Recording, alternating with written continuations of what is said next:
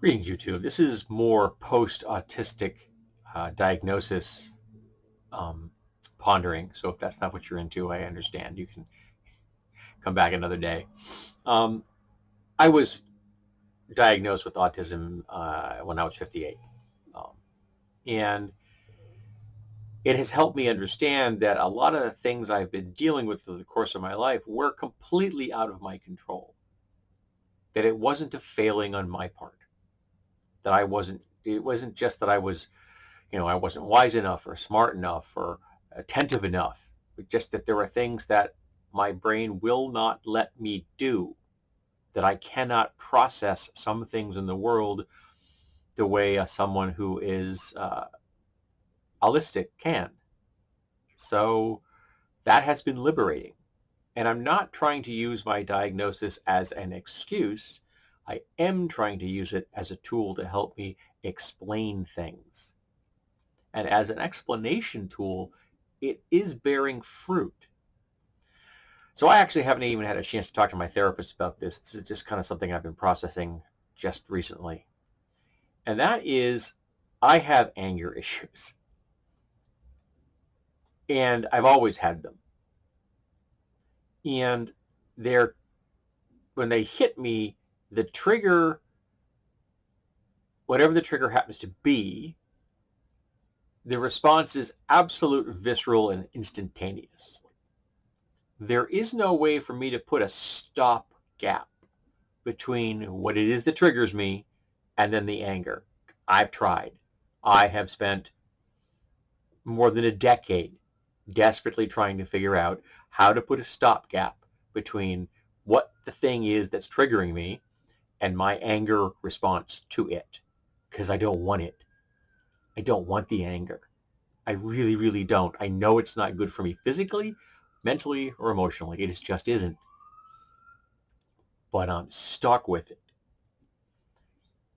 And since I have not been able to find a way of putting something that'll break that connection, it has in many ways made me feel like a profound failure in my journey in therapy. I've made many successes through therapy. My therapist has been very helpful to me. He has been kind to me. He's always been very impressed with the depths that I will go to find the levels of self-discovery that are required to further my therapeutic process. Um, he's joked to me before that when I come to a session, I'm bringing 3 or 4 sessions worth of material with me, because he's telling me that sadly there are people that only work on their therapy when they're in the session. They don't think about it when they're not there, which isn't productive. If you only think about that your car needs work on its engine when you're driving, but you don't do anything when it's not driving, you're never going to get that thing fixed.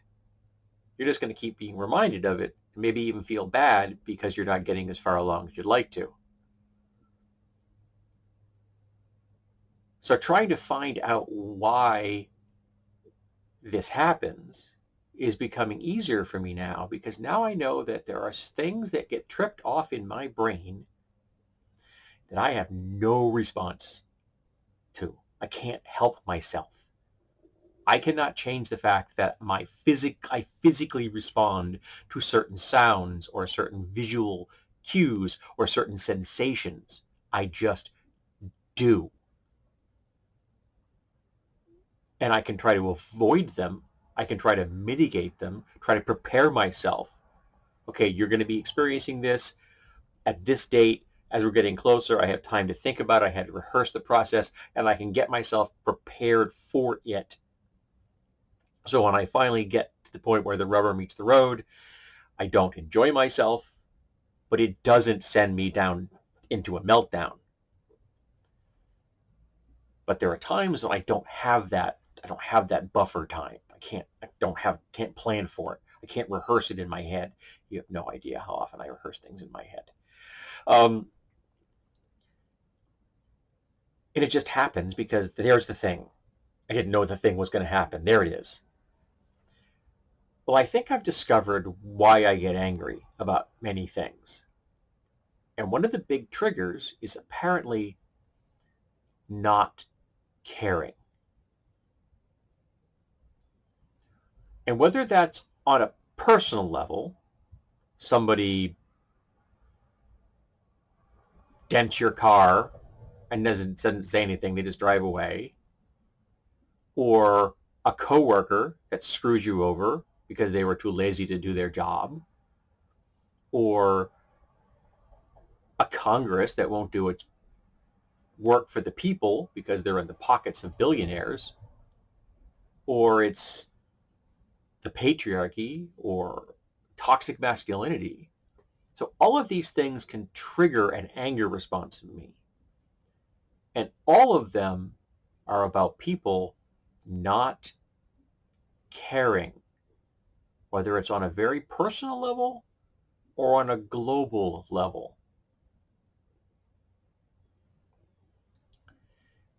And some things I can kind of wrap my head around, like the environmental issues that we're currently experiencing are a really big thing. And it's very difficult for your average person to see holistically what's going on and their part in it, particularly when there's a lot of very well-off people willing to dump millions and millions of dollars into muddying the waters. Because even if they're not a climate change denier, they have been exposed to competing messages for decades. And that is going to, you know, adversely affect their ability to comprehend the actual process that's going on around us. I get that. And that kind of thing, like climate change, doesn't react. I don't think of them as not caring.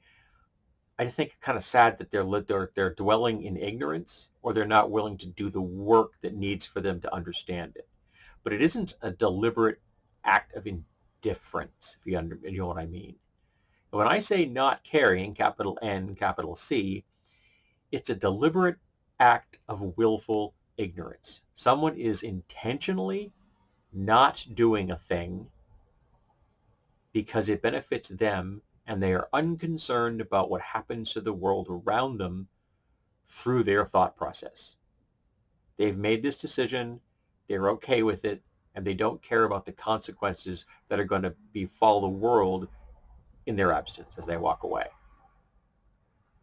This is really hard for me to talk about, apparently, because I'm sitting here and I've got my hands together and I'm like squeezing them until they're white. So I should probably try to relax a little.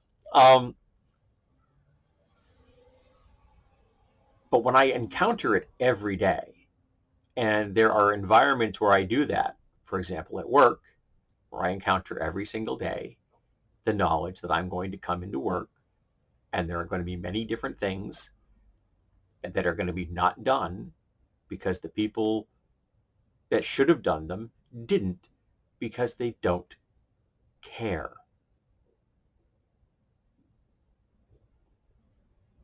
And that sends me off every single time. No matter how much I don't want to, no matter how much I tell myself that it's going to happen, a drop at a time can wear a mountain away. And I experience this every day, again and again and again and again. I really, really wish this was just an act of hyperbole. I wish that I was BSing you, that I was lying to you about how often I encounter this. And it's every single goddamn day I go to work.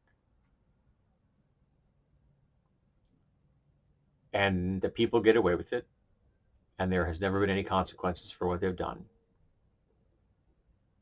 And the reality is if I don't do anything to correct the chaos I encounter every day, I will get blamed for it. Because when the next shift comes in, they're going to blame me for the things that didn't get done on the previous shift. The shift with my boss. And she'll listen to them and respond. Partly because she knows if she talks to me, I'll do what I can to mitigate the problem. You tell me I've done something wrong, and it's within my power to make an alteration to my behavior and not do that again, I will. So you will get fruitful results if you tell me that something's gone wrong, that I did something either deliberately or through a lack of due diligence. And she knows I'll respond.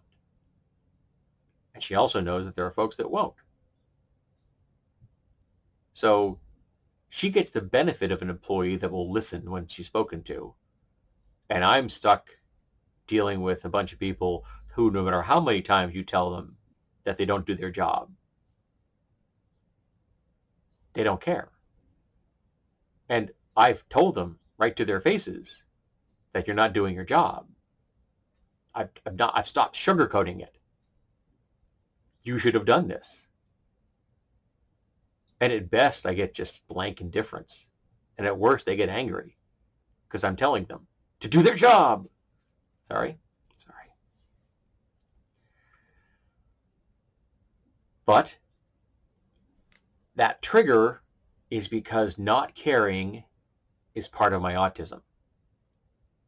Now, I picked it up probably because of my mental illness and the negative environment I was raised in. That's why it became one of the things. But it is, sorry, there's something just popped up pointlessly on my screen. But there's nothing I can do about the not caring thing being a trigger. It just is. And being unhappy with these things isn't bad. I just need now that I understand this, now I need to know, how do I get rid of it faster? Okay, boom, you've experienced it. All right, it's happened. How do we keep me from going down that rabbit hole and have it get worse? It's bad enough it happened. It sucks. It shouldn't. Everyone should do their goddamn jobs, whether it's people of Congress or my coworkers or a neighbor or what have you, or the person in the parking lot. Everybody should do their job. But the reality is that sometimes they don't. Maybe even a lot of the times they don't. We have no control over that. And thankfully, not everybody reacts as viscerally as I do when it hits that not caring thing in my skull. And I can't stop that. I can't control it. But I can work on trying to figure out how to get rid of my reaction. How to mitigate it, minimize it. So that even though if I experience that momentary anger, that I can get rid of it as rapidly as possible so it doesn't linger. It's bad enough it's happening. I just don't need to perseverate upon it and make it worse. And I'm still working on that part. So let's talk about whatever our triggers are, whether you're autistic or not. Let's talk about how we respond to those triggers and what methods you may have found that have been successful. Because I am open to thoughts on this, because I have not yet figured out the process yet. But as G.I. Joe says, knowing is half the battle. So understanding that the not caring thing is a trigger is really damn important.